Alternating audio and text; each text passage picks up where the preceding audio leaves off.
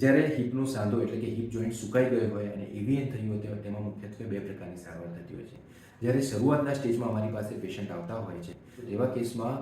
ગોળો બદલ્યા વગર કોર ડિકમ્પ્રેશન નામનું ઓપરેશન કરતા હોય છે, જેમાં જે ગોળાનો સુકાઈ ગયેલો ભાગ હોય છે એમાં ડ્રિલિંગ કરી અને એમાં PRP ઇન્જેક્શન આપતા હોય છે, જેના કારણે એમાં નેટિવ જે બોન બને. જ્યારે આ પ્રોસિજરમાં સફળતા ન મળે અને સ્ટેજ 3 અને સ્ટેજ 4માં ગોળો સુકાયેલો હોય તો એમાં ટોટલ હિપ જોઈન્ટ રિપ્લેસમેન્ટ નામનું ઓપરેશન કરતા હોઈએ છીએ, જેમાં જે ગોળાની વાડકીનો ભાગ પણ રિપ્લેસ કરી અને આવી નવી કટોરી આવતી હોય છે